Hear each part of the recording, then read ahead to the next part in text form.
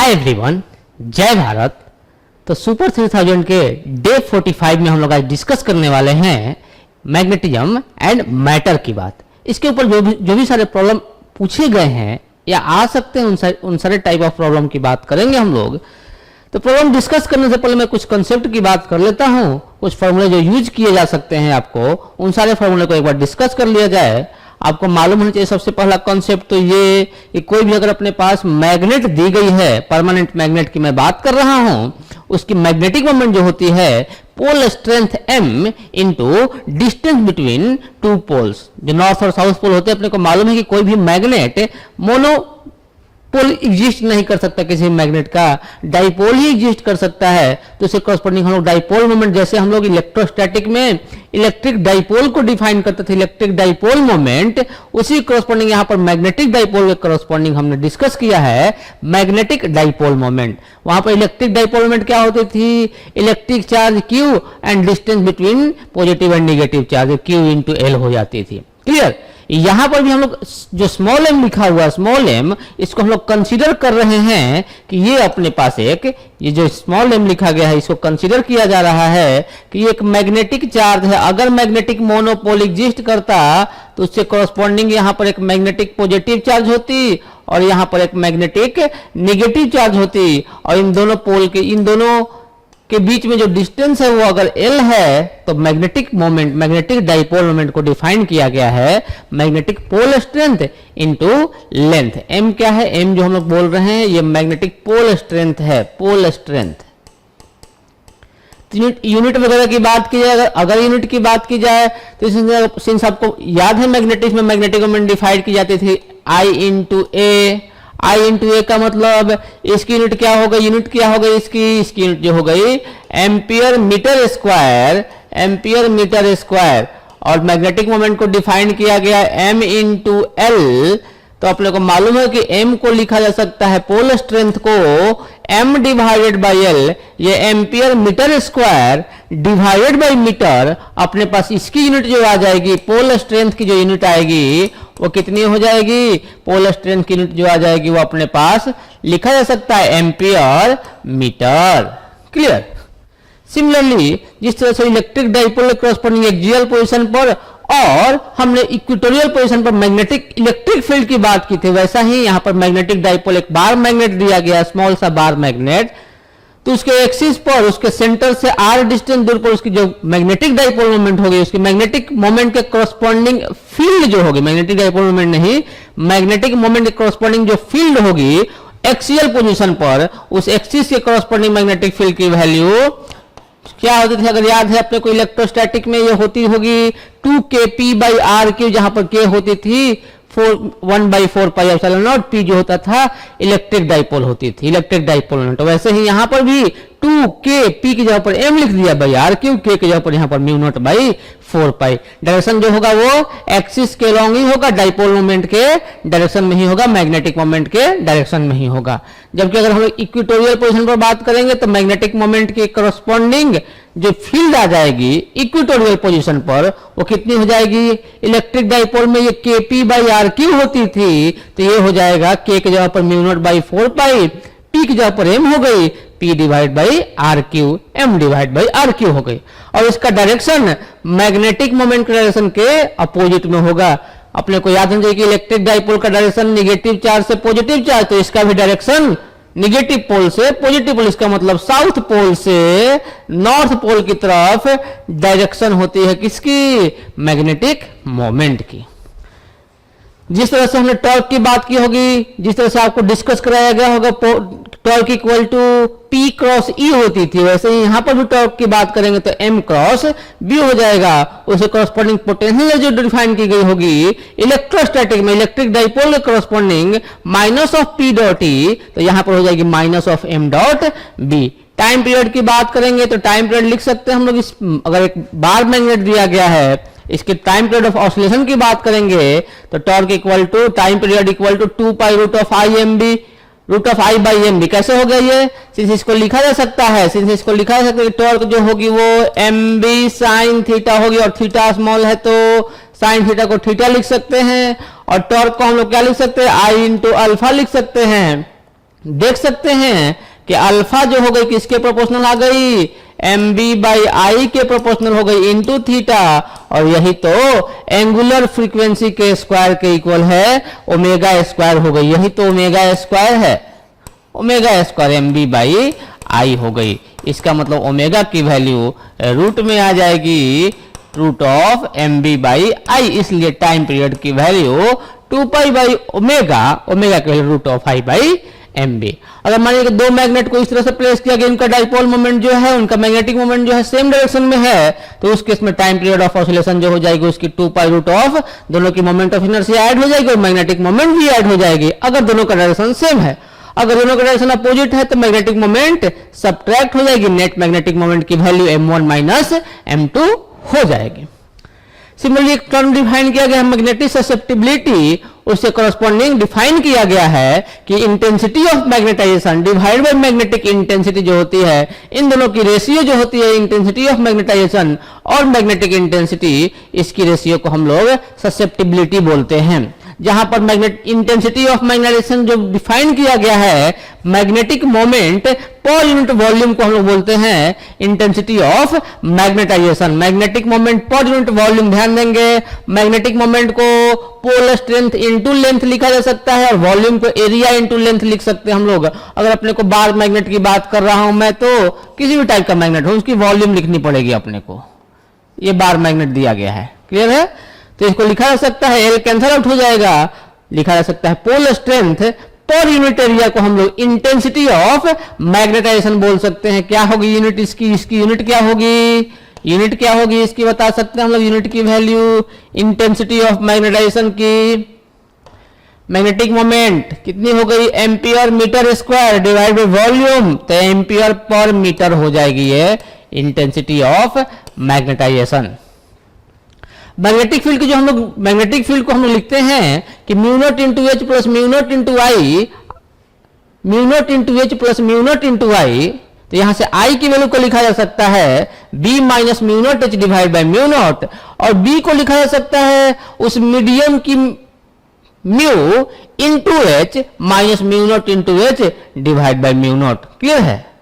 यहां पर हम लोग डिफाइन कर सकते हैं mu divide by mu naught, divide करने के बाद तो mu divide by mu naught को डिफाइन कर दिया गया है, सिंस मालूम है कि mu divide by mu not ये तो उस मीडियम की म्यू की value divide by mu not, ये म्यू आर हो जाएगी, म्यू आर हो जाएगी। तो आई को लिख सकते हैं mu R minus 1 into H, जहां पर ध्यान दे कि इंटेंसिटी ऑफ मैग्नेटाइजेशन तो ऐसे भी डिफाइन किया गया था, आई इक्वल टू काई टाइम्स ऑफ एच। काई को हम लोग बोल रहे हैं ससेप्टिबिलिटी, काई उसको लिख रहे हैं हम लोग, तो इसको लिखा जा सकता है काई टाइम्स ऑफ एच। तो यहां से डिफाइन किया जा सकता है कि मैग्नेटिक ससेप्टिबिलिटी जो होगी वो म्यू आर माइनस 1 या म्यू आर जो होगी वो मैग्नेटिक ससेप्टिबिलिटी प्लस 1। अपने को ये फॉर्मूला माइंड में होना चाहिए और साथ ही साथ ये वाली फॉर्मूला भी माइंड में होनी चाहिए। आगे डिस्कस करते हैं फॉर पैरामैग्नेटिक मटेरियल। अगर पैरामैग्नेटिक मटेरियल है तो उसकी मैग्नेटिक ससेप्टिबिलिटी जो होगी वो टेम्परेचर के इनवर्सली प्रोपोर्शनल होगी। जैसे जैसे टेम्परेचर इंक्रीज करेगा उसकी मैग्नेटिक ससेप्टिबिलिटी डिक्रीज करती जाएगी। साथ ही साथ हिस्टेरिसिस लूप की बात करें तो कंसीडर किया जाए तो इस टाइप का हिस्टेरिसिस लूप का फॉर्मेशन होता है, जहां पर ये वाला एच का टर्म दिया गया और ये मैग्नेटिक फील्ड दी गई है, इसको इंटेंसिटी ऑफ मैग्नेटाइजेशन भी बोल सकते हैं। क्लियर? तो ये वाला जो हो जाएगा, इस वाले टर्म को हम लोग कोएर्सिविटी बोलते हैं और इसको हम लोग रिटेंटिविटी बोलते हैं।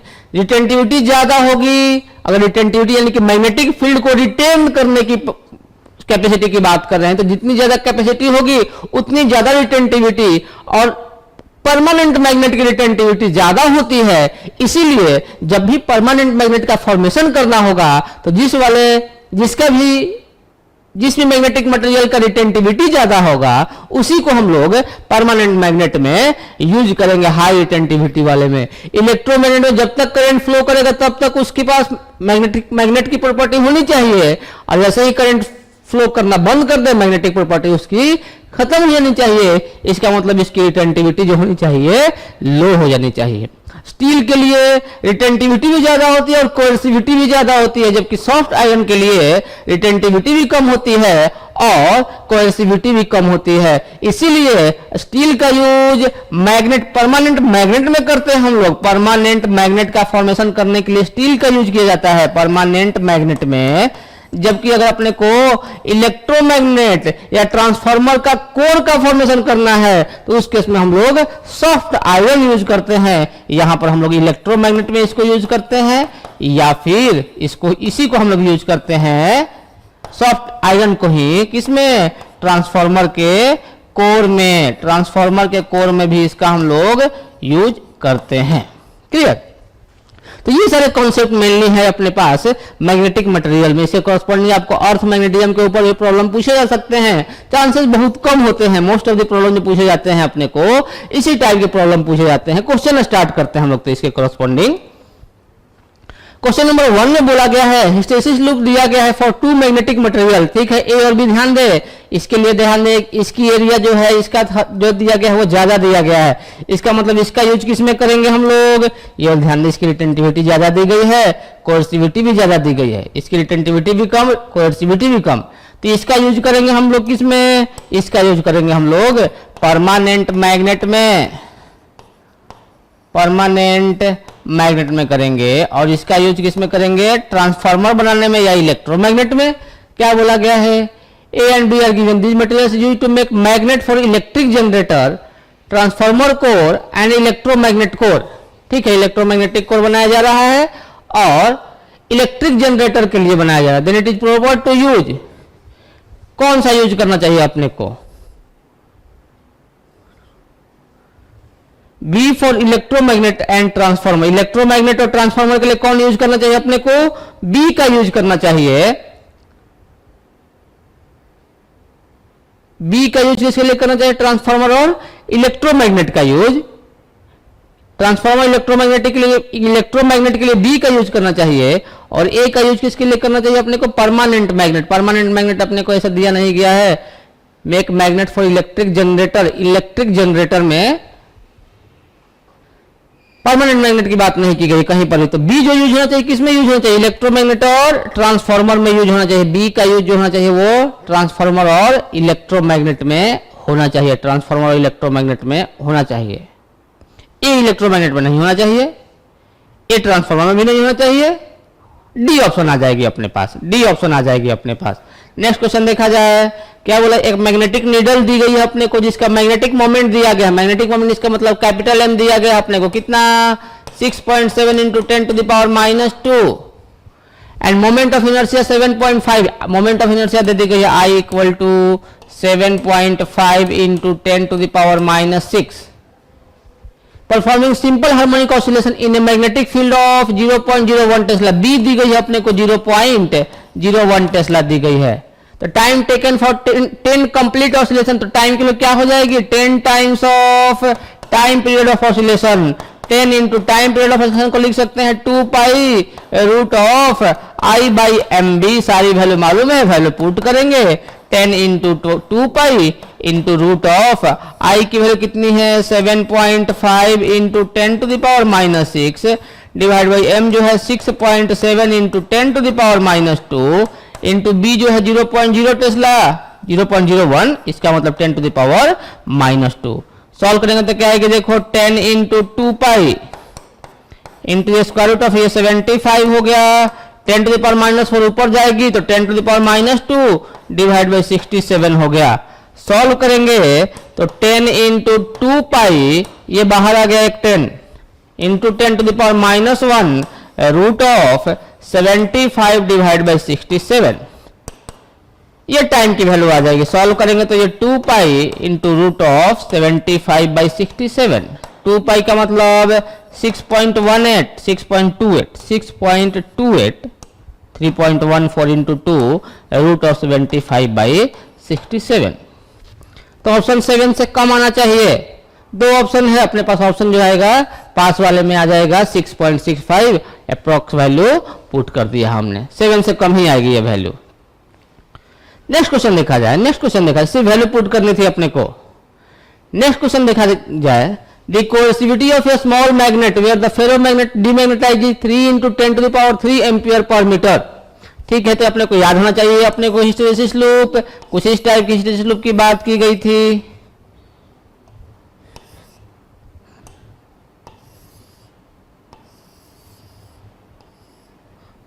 और ये वाला हम लोग मानते थे कोएर्सिविटी होती थी। तो ये H होता था, ये B होती थी। तो अपने को मालूम है कि B equal to mu into NI होती है किसके लिए, सोलेनॉइड के लिए। सोलेनॉइड दिया गया अपने को, सोलेनॉइड में क्या क्या बोला गया है, लेंथ उसकी 10 centimetre, number of turns N, और H जो होती है B डिवाइड बाई म्यू होती है। तो H equal to B divide by mu के इक्वल होती है। तो हमने लिख दिया H equal to N into I, और यही तो H है, कोएर्सिविटी ही तो H है। तो H कितनी दी गई अपने को, 3 into 10 to the power 3, 3 into 10 to the power 3। Number of turns per unit length, number of turns कितना दिया गया, 100। कितनी लेंथ, 10 सेंटीमीटर, इसका मतलब 10 into 10 to the power -2 into I. इसी आई की वैल्यू तो पूछी गई है कि the current required to be pass, कितना करंट इससे पास होना चाहिए। सॉल्व करेंगे, देखा जाए इसको, ये 0 से 0 cancel out, 3 into 10 to the power 3 equal to ये 10 to the power 3 into I, 10 to the power 3 cancel out हो जाएगी। आई की वैल्यू 3 एम्पियर आ जाएगी। 3 एम्पियर करंट पास कराना होगा अपने को, ऑप्शन ए हो जाएगी। क्लियर है क्या। नेक्स्ट क्वेश्चन देखा जाए। सिंपली सा मैंने क्या किया, डायरेक्टली फॉर्मूला यूज कर दिया, बी इक्वल टू सोलेनॉइड के लिए अंदर में कोई भी अगर पार्टिकल नहीं होता था, सिंपल सी फ्री स्पेस होती थी, तो म्यू नॉट इंटू एन आई होती थी। जब कुछ पार्टिकल प्लेस कर देंगे, फिर मैग्नेट को डीमैग्नेटाइज करना, तो उसके अंदर में प्लेस करेंगे हम लोग उसको, तो म्यू की वैल्यू चेंज हो गई, कुछ म्यू हो गई, म्यू नॉट की वैल्यू चेंज होकर के, और बी की वैल्यू म्यू इंटू एन आई लिख दी हमने। नेक्स्ट क्वेश्चन देखा जाए क्या बोला जा रहा है। दो शॉर्ट बार मैग्नेट दिए गए हैं, लेंथ 1 सेंटीमीटर दोनों की दी गई है।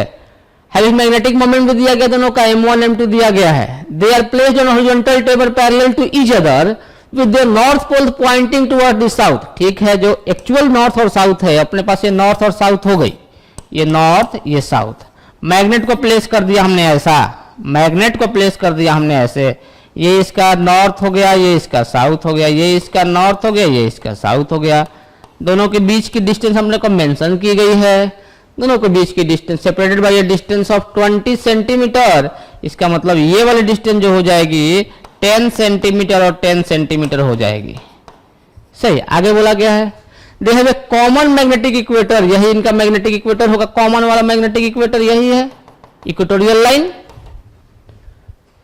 The value of the resultant horizontal magnetic field, magnetic induction at the mid point O, इस पॉइंट O पर कितनी मैग्नेटिक फील्ड होगी। तो इसका भी मैग्नेटिक फील्ड होगा, देखो इसके कारण भी मैग्नेटिक फील्ड होगी इस डायरेक्शन में B1, इसके कारण भी यहां पर मैग्नेटिक फील्ड होगी, ये वाली मैग्नेटिक फील्ड B2 हो गई यहां पर। और आगे कुछ बोला गया है कि अपने को काउंट करना है अर्थ का हॉरिजॉन्टल मैग्नेटिक फील्ड जो है, इतना काउंट करना है। तो अर्थ का हॉरिजॉन्टल मैग्नेटिक फील्ड भी इसी डायरेक्शन में, वो BH। तो तीनों मैग्नेटिक फील्ड सेम डायरेक्शन में, डायरेक्टली ऐड कर दिया जाए तो B नेट जो हो जाएगी अपने पास, वो B1 plus B2 plus B of horizontal magnetic field, earth magnetic field. B1 और B2 के लिए सॉल्व करनी है अपने को, सिंस उसका इक्वेटोरियल पोजीशन है, तो mu naught by 4 pi KP by R cube करनी पड़ेगी। तो K कितना हो गया, mu naught by 4 pi K, P कितना है उसका, M के equal 1.2 KP by R cube कितना 10 सेंटीमीटर, इसका मतलब 10 to the power -1 metre to the power 3 plus of mu naught by 4 pi K, P की वैल्यू 1 एम्पियर मीटर स्क्वायर दिया गया है, divided by R cube 10 to the power -3, 10 to the power -1 हो जाएगा पहले तो, उसका पावर 3।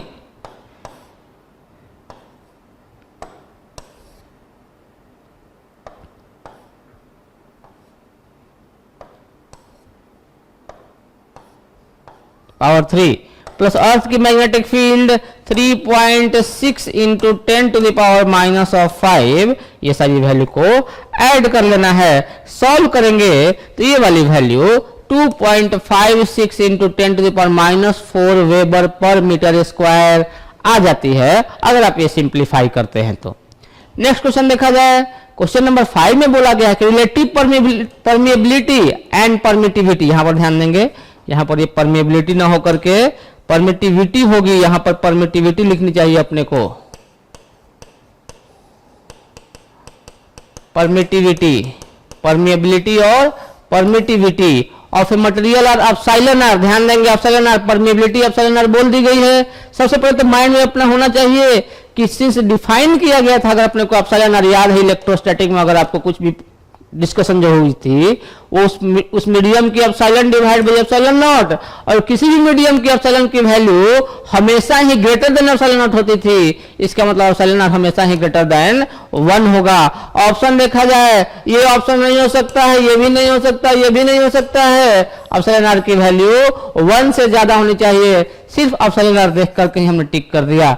आगे बोला गया था डाईमैग्नेटिक मटेरियल के लिए, तो डाईमैग्नेटिक मटेरियल के लिए म्यूवर जो होनी चाहिए वो 1 से कम होनी चाहिए। म्यूवर की वैल्यू 1 से कम, यही वाले पार्ट में है, आंसर आ जाएगा। यहां पर म्यूवर 1 से कम है, लेकिन एप्सिलॉन आर की वैल्यू भी 1 से कम है। एप्सिलॉन आर हमेशा ही 1 से ज्यादा होती है। तो डाईमैग्नेटिक मटेरियल के लिए क्या हो गया, म्यूवर की वैल्यू लेसर देन 1 होती है। लेसर देन 1 ऐसे भी खुद से सोच सकते हैं कि म्यूवर डिफाइन किया था हमने 1 प्लस काई के इक्वल, सही है। और काई की वैल्यू जो मैग्नेटिक ससेप्टिबिलिटी होती है डाईमैग्नेटिक मटेरियल के लिए, ये निगेटिव होती है। किसके लिए, for diamagnetic material, for diamagnetic, क्योंकि वो रिपल्सन करता है किसी भी मैग्नेटिक फील्ड का। डाईमैग्नेटिक मटेरियल, डाईमैग्नेटिक मटेरियल के लिए मैग्नेटिक ससेप्टिबिलिटी निगेटिव होती है। मैग्नेटिक ससेप्टिबिलिटी निगेटिव होती है। म्यूआर की वैल्यू जो होनी चाहिए, म्यूआर की वैल्यू जो होनी चाहिए वो 1 से कम होनी चाहिए, तभी ऐसा हो पाएगा, तभी ऐसा हो पाएगा। म्यू आर यहां से देख सकते हैं कि काई कितनी हो जाएगी, म्यू आर -1, तो म्यू आर की वैल्यू 1 से कम होगी, तभी काई की वैल्यू 1 से निगेटिव हो सकती है। नेक्स्ट क्वेश्चन देखा जाए, क्वेश्चन नंबर 6 की बात करते हैं। क्वेश्चन ने बोला एक थिन रेक्टेंगुलर मैग्नेट दिया गया है, मैग्नेट की बात की गई है, ठीक है। ये मैग्नेट हो गया अपने पास, लेंथ इसकी एल रही होगी, मास इसका एम रहा होगा, है ये period of oscillation equal to T, तो इसका टाइम पीरियड टी है, तो 2 pi root of I by M B. Magnetic moment इसका एम मान लिया मैंने, मोमेंट ऑफ इनर्शिया इसकी आई मान ली। अब इसको ब्रेक कर दिया गया 2 पार्ट में, ब्रेक करके एक हाफ पार्ट की बात की जा रही है। लेंथ इसका कितना हो गया अब, L/2। इसको अब सस्पेंड करके हम लोग इसकी टाइम पीरियड की बात करने वाले हैं। Time period T dash equal to 2 pi root of I. I की वैल्यू लिखने जाएंगे तो पहले मोमेंट ऑफ इनर्शिया कितनी थी, आई मोमेंट ऑफ इनर्शिया मैं लिख रहा हूं, ये ml²/12 टाइप की थी, रॉड जैसा मान लिया। यहां पर मोमेंट ऑफ इनर्शिया लिखने जाएंगे आई डैश, तो क्या लिखेंगे, मास की वैल्यू m/2, लेंथ की वैल्यू L/2 का whole square divide by 12। Solve करेंगे तो ये ml²/12 और ये 1/8 आ जाएगी, यानी कि आई डैश की वैल्यू आई डिवाइड बाई 8 हो जाएगी। 2 pi root of I by M B means I by 8। और मैग्नेटिक मोमेंट कितनी हो जाएगी, magnetic moment length dependent function होती है, m इंटू एल, इसकी लेंथ हाफ हो गई है तो मैग्नेटिक मोमेंट हाफ हो जाएगी, m/2 इंटू मैग्नेटिक फील्ड तो अभी भी उतनी ही है। i divide by M D को t लिख सकते हैं, इसको ऐसा लिख देता हूं 2 pi root of I by M B, और यहां से टर्म बाहर हो गया, 1/4 है तो 1/2 आ जाएगी, सही है क्या। तो कितनी आ जाएगी वैल्यू, ये देखो तो ये हो गया t/2। अपने को फाइंड क्या करना है, t डैश बाई टी, तो t डैश बाई टी जो आ जाएगी और 1/2 के इक्वल आ जाएगी, ऑप्शन सी हो जाएगा। क्लियर है, तो इस टाइप से प्रॉब्लम को हम लोग सॉल्व कर सकते हैं। अपने सिंपली फार्मूला मालूम होनी चाहिए कि टाइम पीरियड का फार्मूला क्या है। अपने को थोड़ी बहुत थिंकिंग करने आनी चाहिए कि मोमेंट ऑफ इनर्शिया चेंज कर जाएगा। मैग्नेटिक मोमेंट जो होती है सर वो पोल स्ट्रेंथ इनटू लेंथ होती है, लेंथ हाफ हो गया, नॉर्थ और साउथ की स्ट्रेंथ तो अभी भी उतनी ही है जब तक कि हाफ हाफ न कट कर दिया जाए। समझ में आ रहा है, आगे और भी प्रॉब्लम डिस्कस करते हैं हम लोग। ओके, इस क्वेश्चन की बात करते हैं, क्या बोला गया है, एक मैग्नेटिक नीडल दी गई है जो कि पैरेलल टू मैग्नेटिक फील्ड है, उसको अगर हम लोग 60 डिग्री एंगल से टर्न करते हैं तो कितनी वर्क की रिक्वायरमेंट होती है, 60 डिग्री से टर्न करने पर जो वर्क की रिक्वायरमेंट होती है वो W वर्क की रिक्वायरमेंट होती है। तो वर्क डन हम लोग लिख सकते हैं minus of change in potential energy लिख सकते हैं हम लोग, work done by external agent plus work done by field equal to change in kinetic energy equal to 0। तो work done by external agent क्या लिख सकते हैं, work done by external agent हो जाएगी minus of work done by field, और field है, field के वर्क डन को माइनस ऑफ डेल्टा यू लिख सकते हैं, माइनस ऑफ डेल्टा यू लिख सकते हैं, तो माइनस ऑफ डेल्टा यू लिख सकते हैं, या फिर डायरेक्टली लिख दिया मैंने कि क्या लिख सकते हैं यहां से, चेंज इन पोटेंशियल एनर्जी लिख दिया, माइनस ऑफ डेल्टा यू लिख दिया, कितना हो गया, डेल्टा यू हो गया, you final minus you initial type का लिख देता, ऐसा कर देता हूं मैं डायरेक्टली, ऐसा कर देता हूं, ऐसा कर देता हूं। अपने को मालूम है कि u equal to minus of m dot b होती है, तो u इनिशियल कितना है, u इनिशियल कितनी है, u इनिशियल कितनी है, इनिशियली वो पैरेलल में है उसके, तो कितनी हो जाएगी, minus of m into B हो गई, u फाइनल कितनी हो गई, देखो u फाइनल की बात करेंगे, u फाइनल जो है वो minus of M B by M B cos of 60 degree, cos 60 degree 1/2 हो गई, तो डेल्टा यू कितनी हो गई, डेल्टा यू जो हो जाएगी फाइनल माइनस इनिशियल, तो एम बी बाई 2 हो जाएगी, पोटेंशियल एनर्जी में चेंज आ जाएगी, और यही वैल्यू डब्ल्यू के इक्वल दी गई है, यही डब्ल्यू के इक्वल दी गई, क्यों डब्ल्यू के इक्वल लिख दिया, क्योंकि work done by external agent लिखेंगे जो हम लोग minus of work done by field लिखेंगे, और वर्क डन बाई फील्ड जो होती है वो माइनस ऑफ डेल्टा यू होती है, डेल्टा यू हो गया, फाइनल माइनस इनिशियल कर दिया हमने, तो डेल्टा यू की वर्क डन दे दी गई है, यानी कि एम बी बाई 2 डब्ल्यू के इक्वल है। आगे क्या बोला गया है, the torque needed to maintain the needle in this position, तो कितना टॉर्क लगाना पड़ेगा, torque equal to M B sine of 60 degree, sine 60 degree √3/2 है, और एम बी बाई 2 को हम लोग तो डब्ल्यू लिख सकते हैं, तो √3w हो जाएगी, √3w आंसर आ जाएगी, एम बी बाई 2 की वैल्यू डब्ल्यू है। नेक्स्ट क्वेश्चन देखो, क्वेश्चन नंबर 8 में बोला गया, फिर से वो ग्राफ वाली ही बात आ गई, तो डायरेक्टली वैल्यू देखना है अपने को, क्या क्या पूछा गया है, रिटेंटिविटी, रिटेंटिविटी कौन सी होती थी, ये वाली रिटेंटिविटी होती थी, रिटेंटिविटी कितनी है इसकी 1, तो 1 ऑप्शन होना चाहिए, रिटेंटिविटी 1। आया क्या बोला, कोर्सिविटी, कोर्सिविटी लिखना चाहिए अपने को, कोर्सिविटी जो है कितनी है, ये वाली लेंथ, ये वाली कितनी है, वो 50 है, 50 हो गया। एंड सेचुरेशन बात कर रहे हैं, सेचुरेशन सेचुरेशन ऑफ मैग्नेटाइजेशन, ये वाली वैल्यू तो कितनी है, ये तो 1.5 टेस्ला है, 1.5 टेस्ला, डी ऑप्शन आ जाएगी। सिर्फ टर्म मालूम होना चाहिए, ये कोर्सिविटी है, ये रिटेंटिविटी है, और ये वाली लेंथ अपने पास सेचुरेशन मैग्नेटाइजेशन वाली बात कर रहे थे हम लोग।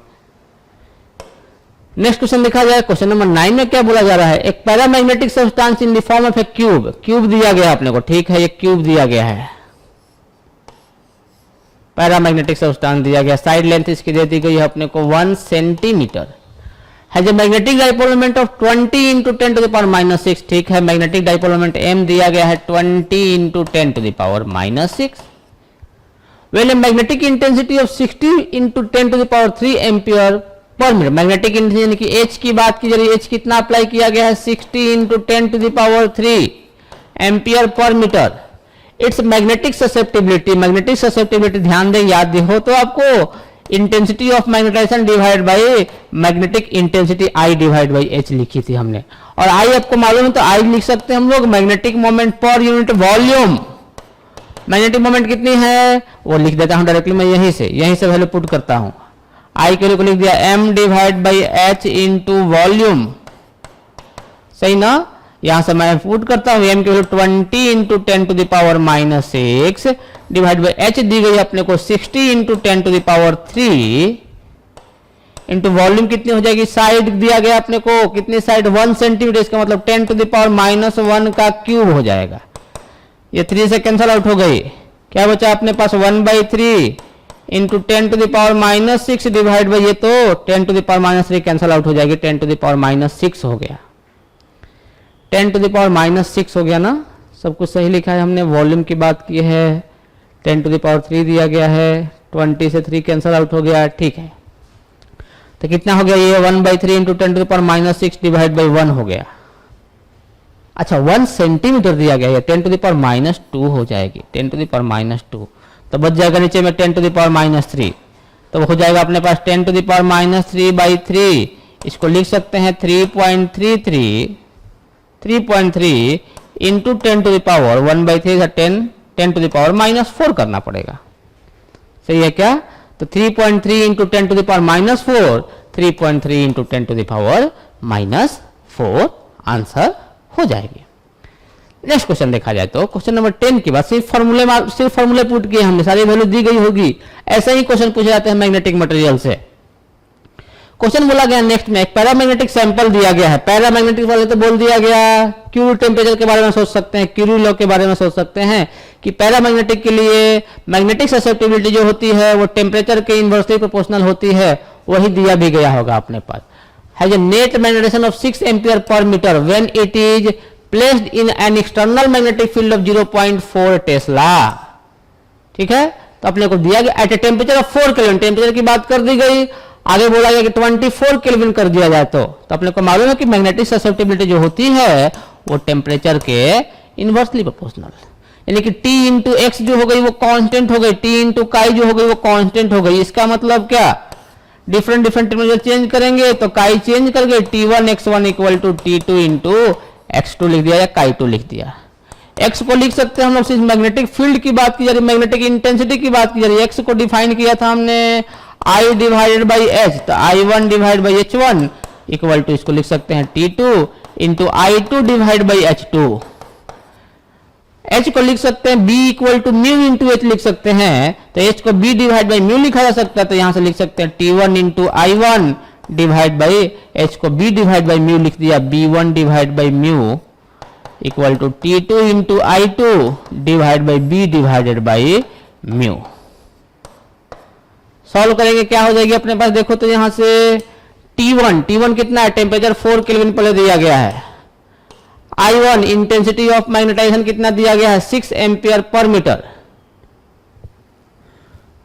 6 दिया गया है, डिवाइड बाई ये कितनी मैग्नेटिक फील्ड दी गई 0.4 टेस्ला इक्वल टू T2 कितना दिया गया 24 केल्विन इंटू I2 की वैल्यू फाइंड करनी है अपने को,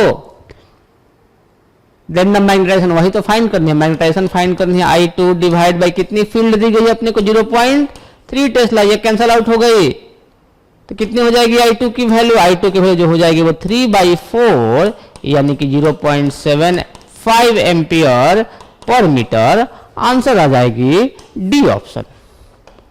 क्लियर, सिंपली क्यूरी लॉ अपने को मालूम होना चाहिए कि मैग्नेटिक पैरामैग्नेटिक सब्सटेंस के लिए मैग्नेटिक ससेप्टिबिलिटी जो होती है वो टेम्परेचर के इनवर्सली प्रोपोर्शनल होती है। नेक्स्ट क्वेश्चन देखा जाए, क्या बोला गया, सेम क्वेश्चन जो कि हम लोग कर चुके हैं। क्या बोला गया अपने को, BH कर्व दिया गया है, हिस्टैरिसीस लूप दी गई है अपने को, फेरोमैग्नेट दिया गया है, placed inside a long solenoid. ठीक है, सोलेनॉइड के लिए क्या लिखेंगे, मैग्नेटिक फील्ड जो होगी म्यू इंटू एन इंटू आई होगी, यानी कि H इक्वल टू जो कि B बाई म्यू होती है N इंटू आई हो जाएगी। इंटेंसिटी ऑफ मैग्नेटाइजेशन या मैग्नेटिक इंटेंसिटी जो हो जाएगी वो N इंटू आई के इक्वल अपने को दी गई है क्या, और ये H कितनी है, कोएर्सिविटी की बात करनी है अपने को, ये 100 दी गई है तो ये 100 हो गया।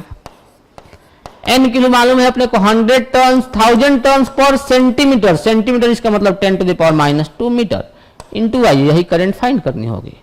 सॉल्व करेंगे कितना हो गया, देखो तो ये 100 हो गया, 1000 हो गई इंटू 100 हो गया, ये ऊपर में ऊपर जाएगा 100 इंटू आई, ये 100 कैंसिल आउट, आई की जो आ जाएगी 1/1000 एम्पियर, तो आंसर आ जाएगी 1 मिली एम्पियर, आंसर बी हो जाएगी 1 मिली एम्पियर। सिंपल सा क्वेश्चन था। नेक्स्ट क्वेश्चन देखा जाए, क्वेश्चन नंबर 12 की बात करें, अपने को मेंशन करना है कि कौन सा किसके लिए दिया गया। अपने को मालूम होना चाहिए कि डाई मैग्नेटिक मटेरियल जो होता है वो रिपेल करता है, इसका मतलब ये तो डाई मैग्नेटिक होनी चाहिए। फेरोमैग्नेटिक सबसे ज्यादा अट्रैक्ट करता है और पैरामैग्नेटिक कुछ अट्रैक्ट करता है। क्लियर, तो अपने बात किया जाए तो यानी कि जो ए होना चाहिए वो फेरोमैग्नेटिक होना चाहिए, वो फेरोमैग्नेटिक के लिए क्या लिखना है अपने को, एफ लिखना है। ये डाई मैग्नेटिक बी वाला जो होना चाहिए वो डाई मैग्नेटिक होना चाहिए, और सी जो होना चाहिए वो पैरामैग्नेटिक होना चाहिए। तो ए जो होना चाहिए कि क्या होना चाहिए, फेरोमैग्नेटिक, ए जो होना चाहिए फेरोमैग्नेटिक, ए बी और डी। बी जो होना चाहिए डाई मैग्नेटिक, बी जो होना चाहिए डाई मैग्नेटिक, इसी से हम लोग डिफाइन कर सकते हैं कि ऑप्शन जो आएगा बी आएगा। तो ये सारे कॉन्सेप्ट हुए अपने पास, ये सारे प्रॉब्लम हुए अपने को, मैग्नेटिज्म एंड मैटर की बात की हमने, मैग्नेटिक मटेरियल की बात की हमने। क्लियर, तो ये सारे कोर्सेज अपने को 3000 में कंप्लीट हो गए, जो हमने स्टार्टिंग से डिस्कस किया था डे 1 से लेकर के डे 45 तक, जो भी कॉन्सेप्ट हमने हर एक चैप्टर को डिस्कस किया है।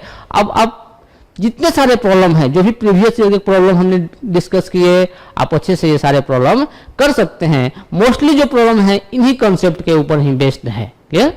ओके, तो मिलते हैं अगले हम लोग पेपर के साथ, पेपर सॉल्यूशन के साथ। तब तक के लिए थैंक यू एंड जय भारत।